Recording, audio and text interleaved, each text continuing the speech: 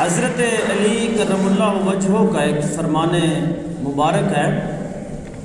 حضرت نے فرمایا کہ اپنے معاشرے میں اس طرح رہو، اگر تم کہیں روزانہ جاتے ہو اور ایک دن نہ جاؤ تو لوگ تمہارا پوچھتے نظر آئیں، آج فلاں نظر نہیں آیا، فلاں کیوں نہیں آیا۔ اور اگر تم مر جاؤ تو تمہارا دشمن بھی تمہاری موت پر روتا ہوا نظر آئے۔ ہمارے اس اسلامی کلچر، اسلامی تاریخ اور خصوصاً ہندوستان کی مسلم تاریخ کے اندر اقبال کا کچھ ایسا ہی کردار ہمیں ملتا ہے۔ جیسا کہ میں آپ کے سامنے بات کر رہا تھا خودی اور رموز بے خودی کی، تو بیٹا ایک مثال دی جاتی ہے نمک کی۔ آپ نے اس مثال کو ضرور سمجھنا ہے، پھر اس کو آگے بڑھاتے ہیں۔ نمک کی مثال دی جاتی ہے کہ اگر ہم کسی کھانے پر کروڑوں روپیہ خرچ کر دیں اور اس میں نمک نہ ڈالیں تو کیا کروڑوں روپے کا کھانا کسی کام کا ہوگا؟ نہیں ہوگا۔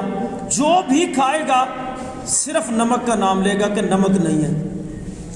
یہ ہے اسرار خودی، اسرار خودی کہ آپ کی کمی محسوس کی گئی ہے۔